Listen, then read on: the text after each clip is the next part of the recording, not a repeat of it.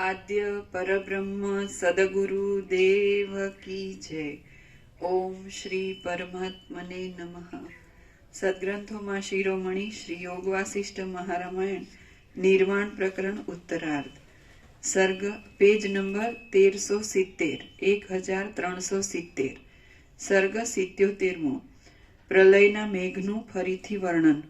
આ 77મા સર્ગમાં પુષ્કરાવર્ત મેઘની વૃષ્ટિધારા પડવાથી અને 7 સમુદ્રોના ક્ષોભથી વ્યાપ્ત થઈ રહેલા જગત વિશે ફરી વિવેચન કરવામાં આવશે। વસિષ્ઠ બોલ્યા, પછી પ્રલયકાળના સમયે પૃથ્વી, જળ, તેજ અને વાયુ એ સર્વનો ક્ષોભ થવા માંડતા ત્રિલોકીની જે કાંઈ સ્થિતિ થઈ હતી તે વિશે હું તમને કહું છું તે તમે સાંભળો। જાણે તમાલના વનો જ ઉડીને આકાશમાં ખડા થઈ ગયા હોય એવો દેખાવ આપનાર ભસ્મથી તથા વાદળાથી ત્રણેય લોક વ્યાપ્ત થઈ રહ્યા હતા। મોટા સમુદ્રોની મોટી ચકરીઓની સાથે ધુમાડાના ગોટે ગોટા અથડાતા હતા।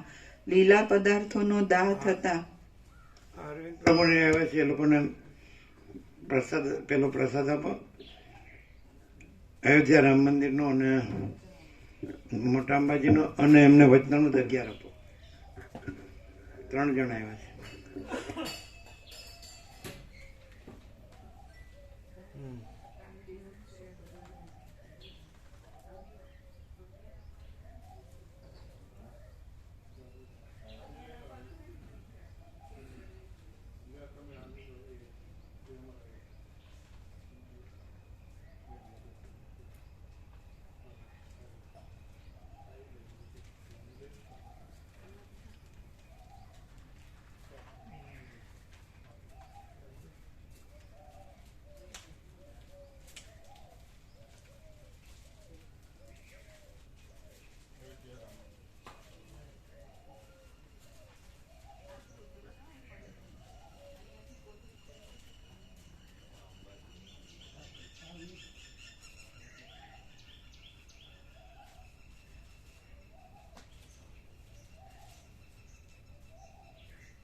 એમના બાપુજી સોમાપ્રભુ પ્રિન્સિપાલ હતા, ખૂબ લાભ લીધો એમના બાપુજી।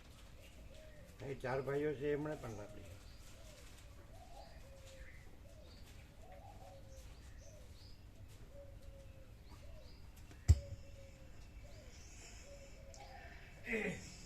લીલા પદાર્થોનો દાહ થતા અગ્નિની જ્વાળાઓ ધુમાડાથી શ્યામ થઈ રહી હતી અને તેમાંથી સહજ રીતે ચડચડાટ અવાજ પેદા થતો હતો। અનેક લોકાંતર બીજા લોકોનો અંદરનો સર્વ ભાગ ભસ્મના ઢગલાથી અને વાદળાના સમૂહોથી પૂરેપૂરો ભરાઈ રહ્યો હતો। ઉછાળા મારતા તથા લાંબો અવાજ કરતા લીલા લાકડાને પ્રલયના મેઘનું પાણી અડતું હતું, તેથી તેમાંથી છમછમ અવાજ થતો હતો। આથી કોઈ જાણે વૃષ્ટિના જય ઘોષને, ડંકાને ચોતરફ પ્રસરાવનારા વાજાને વગાડતું હોય એવો ભાવ દેખાતો હતો। કોઈ જગ્યા ફર્યા કરતા ભસ્મના જેવા શ્યામ વાદળાથી ભરપૂર દેખાતી હતી। કોઈ ઠેકાણે વાદળા ધુમાડાના ગોટાઓથી છવાઈ રહેલા જણાતા હતા। કોઈ જગ્યાએ પ્રલયકાળના મોટા મેઘોનો ગડગડાટ સંભળાતો હતો, તો કોઈ સ્થળે જાણે ત્રિલોકીના આંસુ જ વરસાદ રૂપે નીચે પડતા હોય એમ જણાતું હતું। વળી કેટલેક ઠેકાણે જળબિંદુઓને વરસાવનારા અને ચારે બાજુ ભ્રમણ કરનારા ભયંકર વાદળાઓના સમૂહો દેખાતા હતા। બ્રહ્માંડરૂપી ભીંતમાં અથડાવાથી પવન ભયંકર રૂપને ધારણ કરી રહેલો હતો અને અંદર ઉડ્યા કરતો ઇન્દ્ર આદિ દેવોના નગરોનો સમૂહ તેના ઝપાટાથી ભસ્મરૂપ થઈ જતો હતો।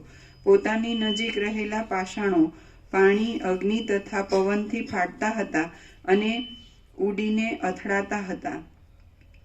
આથી ત્વચા આદિ ઇન્દ્રિયો જળ જેવી થઈ જતી અને તેના અવાજોથી કાન બહેર મારી જતા હતા। આકાશમાંથી ગાઢ વૃષ્ટિ સ્તંભની જેમ એક ધારાએ પડતી હતી અને તેનો મોટો અવાજ કાને પડતો હતો।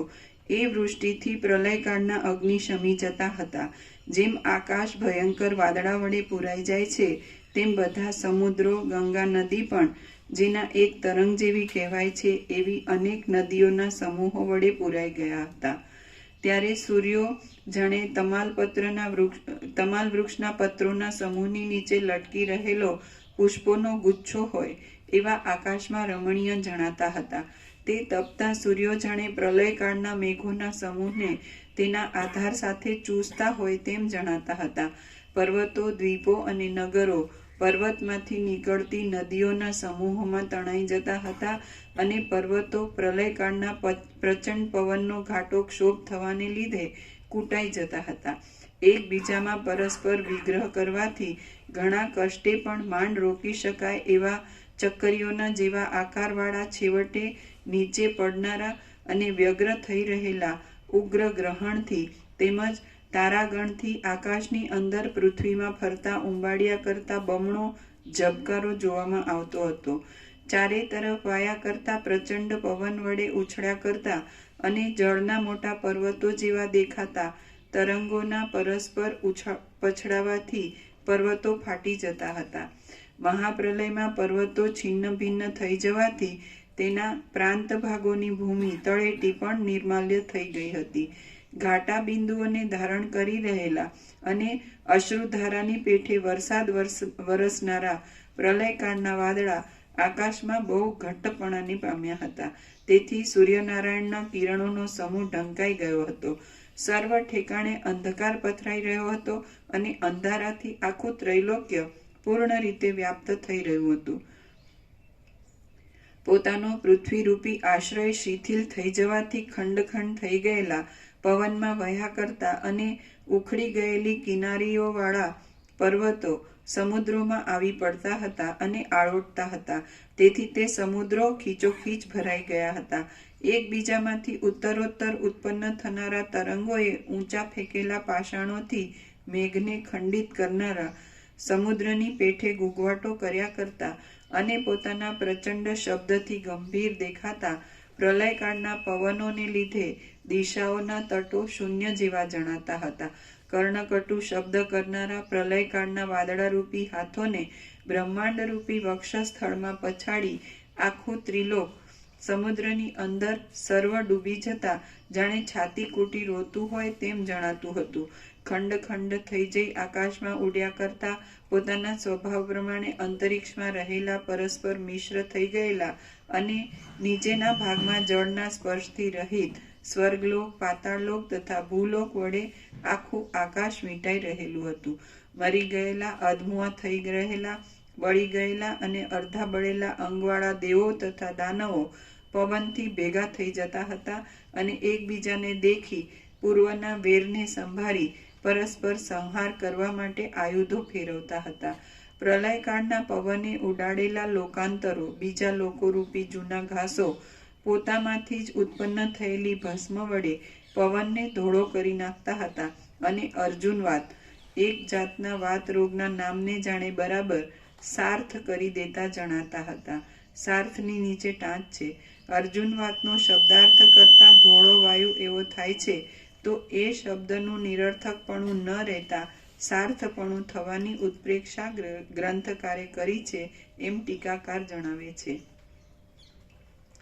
પ્રલયકાળના પવને ઉડાડેલા લોકાંતરો, બીજા લોકોરૂપી જૂના ઘાસો પોતામાંથી જ ઉત્પન્ન થયેલી ભસ્મ વડે પવનને ધોળો કરી નાખતા હતા અને અર્જુનવાતના નામને જાણે બરાબર સાર્થ કરી દેતા જણાતા હતા. પવનમાં ઉડ્યા કરતા અનેક શિલાઓના સમૂહોનો પ્રહાર થતા નીચેના અને પડખાના ભાગો ખરી પડતા હતા. લોકાંતરો નીચે આવી પડતા હતા અને દુકાળનો કડવો અવાજ કાને પડતો હતો. પવનના અથડાવાથી અવાજ કરનારી પર્વતોના સમૂહોની અનેક ગુફાઓમાં થયેલા શબ્દથી સર્વત્ર મોટો ઘોંઘાટ થઈ રહ્યો હતો. લોકપાલોની નગરી અને નગરો ચક્કર ખાઈ નીચે પડતા હતા.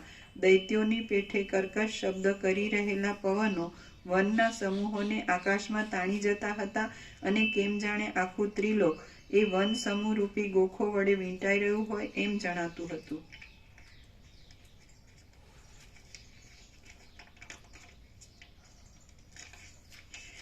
જેમ મચ્છરાનો સમૂહ ભેગો થાય છે તેમ આકાશની અંદર નગરો, દેશો, દૈત્યો, અગ્નિ, દેવતાઓ, નાગ અને સૂર્યોનો સમૂહ એકઠો થયો હતો. ત્રિલોકીના કેટલાક ભાગોમાં દેવાલયો ભાંગી પડતા હતા અને ચારેકોર મોટા વિસ્તારમાં પ્રસરી રહેલા ઉત્તમ વૃક્ષો તથા ઉત્તમ પર્વતો ભૂકો થઈ જતા હતા. કેટલાક ભાગમાં ઉથલપાથલ થઈ જવાને લીધે પ્રાણીઓના ઘોઘરા અવાજો સંભળાતા હતા અને ઉપરના પ્રદેશમાં જળ તથા નીચેના પ્રદેશમાં અગ્નિ રહેલો દેખાતો હતો. પાણી અને પર્વતો પરસ્પર અથડાતા હતા, તેથી દિક્પાલોના નગરો તેમાં કચરાઈ જઈ નિર્મૂળ થઈ જતા હતા. મોટા મોટા દેવતાઓ, દૈત્યો, સિદ્ધો અને ગંધર્વોના નગરો નીચે આવી પડતા હતા. ઠંડા અંગાર જેવા થઈ રહેલા પર્વત આદિ પદાર્થો પવનના ઝપાટામાં રજની પેઠે કૂટાઈ જતા હતા અને આખું ત્રૈલોક્ય નિસાર દેખાતું હતું.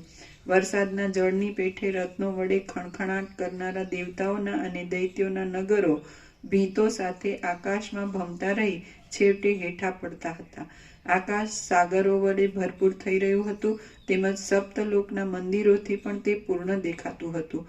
એ સત્યલોકમાંના લોકો પ્રલયકાળ ભરાઈ રહ્યાથી નીચે પડતા હતા અને દેવતાઓ પણ વંટોળિયા વાયુની પેઠે આકાશમાં ચક્કર ચક્કર ભમ્યા કરતા હતા. આખું ત્રૈલોક્ય ખરી પડેલા જૂના પાંદડાની પેઠે આકાશમાં ઉડ્યા કરતા અને પવનનો સપાટો લાગવાથી ચંચળ થઈ ગયેલા પદાર્થોથી ભરાઈ રહ્યું હતું. તે પદાર્થો કેટલાક ભસ્મરૂપ થઈ રહ્યા હતા અને કેટલાક પોતાના રૂપે જ વિદ્યમાન જણાતા હતા. આકાશમાંથી નીચે આવી પડેલા તથા ઝણઝણાટ કરી રહેલા સુવર્ણના, સ્ફટિકમણીના અને વૈડૂર્યમણીના ઉત્તમ મંદિરો વડે આકાશનો સઘળો ભાગ વ્યાપ્ત થઈ રહ્યો હતો. ધુમાડાના અને ભસ્મના વાદળાના જેવા ગોટે ગોટા આકાશમાં ઘૂમતા હતા. જળની વૃષ્ટિથી શેરોના શેરો પડી જતા હતા. તરંગોના સમૂહો ઉછળતા હતા અને પૃથ્વી તથા પર્વતો જળની અંદર ડૂબી જતા હતા. મોટા મોટા પર્વતો સમુદ્રોમાં પાંદડાની પેઠે તણાતા હતા. એકબીજા સાથે અથડાઈને પરસ્પર નિકંદન કરવાને તત્પર થઈ રહ્યા હતા અને સમુદ્રોની ચકરીઓથી ઘોઘરા અવાજે ગાજતા હતા. અવશેષ રહેલા દેવતાઓના આક્રંદવાળું ફર્યા કરતા અને અધમુઆ જેવા થઈ ગયેલા પ્રાણીઓથી ભરેલું અને અંદર ભમ્યા કરતા સેંકડો કેતુઓના, ધૂમકેતુઓના ઉત્પાતો બતાવતું એ જગત માંડ જોઈ શકાય તેવું થઈ ગયું હતું. જૂના પાંદડાના જેવી અવસ્થાને પામેલા, પવન વડે ચપળ અને મરી ગયેલા અથવા અધમુઆ થઈ રહેલા પ્રાણીઓના સમૂહથી આકાશ ખીચોખીચ ભરેલું હતું. પર્વતના શિખરોના જેવી સ્થૂળ જળધારાઓનો સમૂહો જગતની અંદર ઉડ્યા કરતા હતા અને પર્વતોને તથા શહેરોને અધ્ધર વહેતા પવન વડે પૂર્ણ એવી સેંકડો નદીઓ વયા કરતી હતી. સેંકડો શાખાઓમાં પ્રસરી રહેલા અગ્નિ ઉપર જળ પડતું હતું, તેથી શમી જવાના અવાજ સાથે તે અગ્નિ શાંત થઈ જતો હતો. ચપળ સમુદ્રના પ્રવાહમાં હિંચકાની પેઠે ચંચળ રહ્યા કરતા પર્વતોની કિનારો બહુ જ સુશોભિત જણાતી હતી. જેમ પાણીમાં તૃણના ઢગલાઓ તરે છે, તેમ પૃથ્વી પર ઉભરાઈ રહેલા સમુદ્રોમાં દ્વીપો તરી રહ્યા હતા. આથી આખું જગત મહાભયંકર દેખાતું હતું. ચિદાકાશ અવિવેકીઓથી ઘણે દૂર છે અને તેની જ્વાળાને એ જગતોની સ્થિતિ ક્ષણ માત્ર પણ સહન કરે એવી ન હતી. વૃષ્ટિથી શાંત થઈ રહેલા અગ્નિમાંથી ભસ્મનો ગંધ ઉત્પન્ન થયો હતો અને તેથી દેવો નીચે પડતા હતા. અહીં આગળ ચરાચર જગત પ્રથમ હતું એમ જણાતું હતું, પણ તે વખતે તો સૃષ્ટિનું નામ નિશાન પણ માલુમ ન હતું. ચારેકોર ઉચ્છૃંખલ પોકારના અવાજો સાંભળવામાં આવતા હતા. સૃષ્ટિનો લય થઈ જતા ક્રમે કરી સર્વત્ર શાંતિ પથરાઈ રહી હતી. સૃષ્ટિનો ક્ષય થઈ જતા પરમાર્થ દ્રષ્ટિથી જોઈએ તો પરમાત્મા સર્વ ઠેકાણે રહ્યા હતા, બાકી સૃષ્ટિ કે તેનો લય એ કશું પણ થયું જ ન હતું. સૃષ્ટિનો ક્ષય થઈ જતા પરમાર્થ દ્રષ્ટિથી જોઈએ તો પરમાત્મા સર્વ ઠેકાણે રહ્યા હતા, બાકી સૃષ્ટિ કે તેનો લય એ કશું પણ થયું જ ન હતું. સૃષ્ટિનો ક્ષય થઈ જતા પરમાર્થ દ્રષ્ટિથી જોઈએ તો પરમાત્મા સર્વ ઠેકાણે રહ્યા હતા, બાકી સૃષ્ટિ કે તેનો લય એ કશું પણ થયું જ ન હતું. નિરંતર ઉથલપાથલ કરનારો પવન ચારે તરફ પ્રસરી રહ્યો હતો. જેમ એક બીજમાંથી બીજા અનેક બીજોનો સમૂહ ઉત્તરોત્તર અંકુર આદિના ક્રમથી પેદા થતો રહે છે, તેમ એ જગત પણ ક્ષયને પ્રાપ્ત થયા છતાં પાછું પ્રવાહ વડે વારંવાર ભરાઈ જતું હતું. આકાશમાં ઉડતા ઉંબાડિયા પરસ્પર અથડાતા હતા, તેથી અગ્નિના ચૂર્ણ જેવી અને સુવર્ણના ચૂર્ણ જેવી રજ દેખાતી હતી. તે રજ આકાશમાં ચોતરફ ફેલાઈ રહી હતી, તેથી આકાશનો અંદરનો આખો ભાગ જાણે સુવર્ણની ભીંતોવાળો હોય એવો દેખાતો હતો. દ્વીપો તથા સાગરો સાથેના ભૂમંડળના મોટા મોટા ખંડો નીચે તૂટીને પડતા હતા. બીજા અનેક પાતાળો સમાઈ શકે એવા તે ખંડો વડે ઠેઠ 7મું પાતાળ પણ પૂરું પૂરાઈ ગયું હતું. પ્રલયકાળના પવનો ઠેઠ 7મા સૂતલ પાતાળ સુધી તથા પૃથ્વીના પર્વતોની ટોચ સુધી ફૂંકાતા હતા, અને આકાશ સુધી સર્વ એક સમુદ્રમય જ થઈ રહ્યું હતું. જેમ મૂર્ખના ચિત્તમાં ક્રમે કરી કોપ વધવા માંડે છે, જગતની અંદર સેંકડો નદીઓ વડે અને જળના તરંગો વડે એક મહાસમુદ્ર ધીરે ધીરે ફરી વળવા લાગ્યો હતો. પ્રથમ તો વૃષ્ટિની ધારા મૂષળના જેવી પડવા લાગી, પછી તે સ્તંભના જેવી પડવા લાગી. ત્યાર પછી એ ધારાનો વેગ વધી તાલ વૃક્ષના જેવો થયો, અને પછી ભારે જોશથી વૃષ્ટિ પડવા માંડી.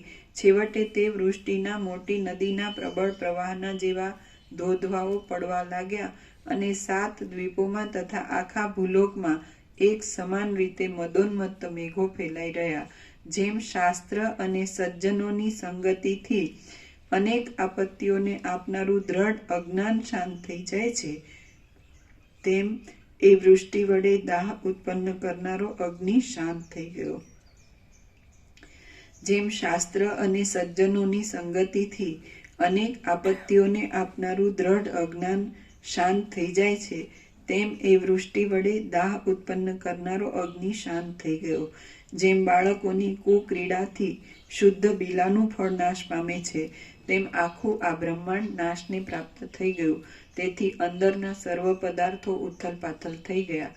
અગ્નિના તણખાઓ અંદર પેસવાથી પર્વતોની અંદર મજ્જા પણ બળી ગઈ અને ખણખણાટ કરી રહી. શ્રી યોગ વાસિષ્ઠ મહારામાયણમાં નિર્વાણ પ્રકરણના ઉત્તરાર્ધનો પુષ્કરાવર્ત વૃષ્ટિ વિસંસ્કુલ જગદ્વર્ણન નામનો સર્ગ 77મો સમાપ્ત. ઓમ ઓમ ઓમ. પ્રસાદ આપી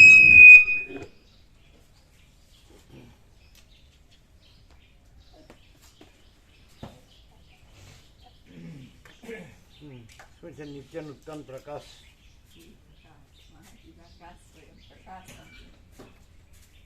ફૂલ પ્રકાશ, મહાચિદાકાશ, સ્વયં પ્રકાશ, સંપૂર્ણ પ્રકાશ.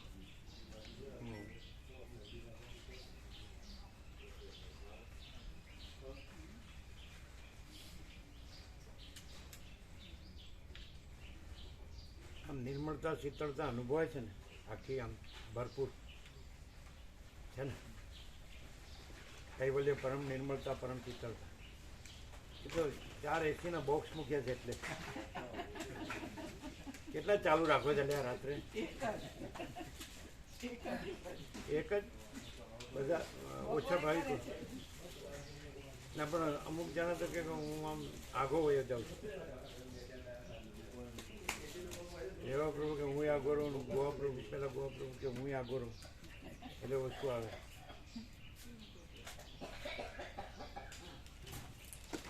આમને મળે બધા વચનામૃત છેલ્લું એને બાકી, નિરપેક્ષ બાકી હશે. નિરપેક્ષ આપ્યો વચનામૃત એને મળ્યું ને, નિરપેક્ષ મળ્યું ને.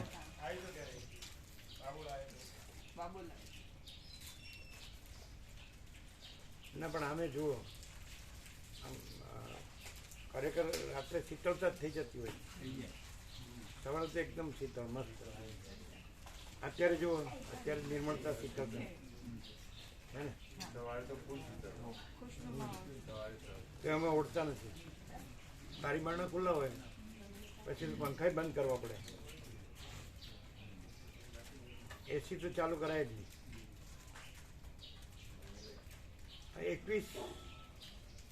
21 માર્ચથી 23 માર્ચ એટલે સૂર્યનારાયણ ભગવાન ઉત્તરાયણ તરફ, એટલે ઉત્તરમાં ઉગતા થમતા હોય તો સરખો દિવસ ને સરખી રાત. કાલથી 21, 22, 23 12 કલાકનો દિવસ ને 12 કલાકની રાત. દક્ષિણાયન જતા ઉગતા થમતા તો 21મી સપ્ટેમ્બરથી 23મી સપ્ટેમ્બર સરખો દિવસ ને સરખી રાત. સૌથી મોટો દિવસ 21 જૂન, સૌથી નાની રાત, અને સૌથી મોટી રાત ને સૌથી નાનો દિવસ એ 22 ડિસેમ્બર.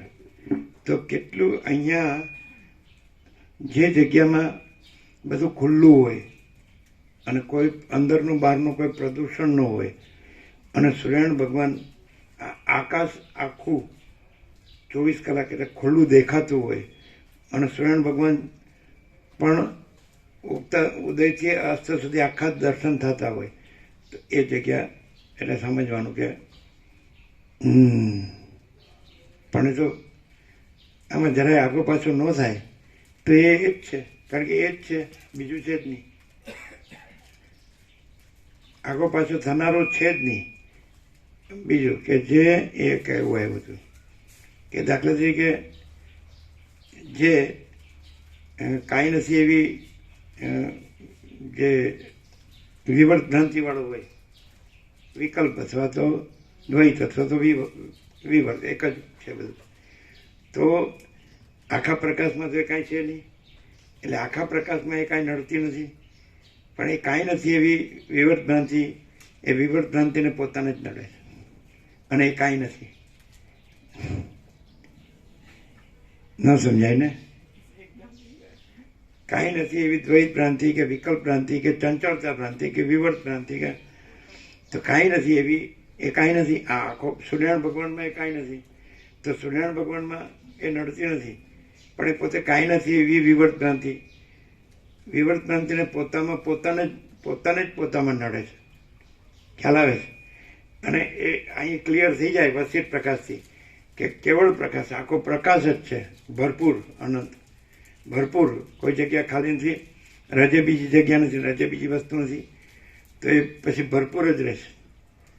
એટલે જેને અનંત ભરપૂર જ રહેવું હોય, અનંત પ્રકાશ, અનંત આનંદ, અનંત શાંતિ, તો એ માટે આમ 100% સત્રાનું નિસંશય વાતાવરણ નથી. જીવવા જેવું કહેવા કરતાં મરવા જેવું વાતાવરણ છે. અને આય મરે એટલે તુર્યાતીત અજરામર અખંડ અવિનાશી છે, મરતો નથી. એટલે જે નથી એ મરે છે, અને છે એ તુર્યાતીત કૈવલ્ય અનંત સુધી ચિદાકાશ જ છે, અને તુર્યાતીત અજરામર અખંડ અવિનાશી જ છે. એટલે મરવા જેવી જગ્યા છે. પણ કે હું હજી જીવતો છું ને મરી જાઉં, અને અહીં મરી જાઉં એને કરતાં ત્યાં જઈને મરી જાઉં, એટલે પાછું અવાયને સંભાળાય, અને અહીંથી જાઓ એટલે આડું બધું જાય. આટલું બધું કર્યું, આટલી ગધા મજૂરી કરી, ભાગદોડ કરી, તો પાછું અવાય એવું કરવું હોય તો ત્યાં જ જવું પડે. અમને છે ને ગણિત આવડતું નથી, કોમર્શિયલ આવડતું નથી. જો હૈ સો હૈ, અનંત પ્રકાશ, અનંત આનંદ, અનંત શાંતિ, પૂર્ણ વિરામ.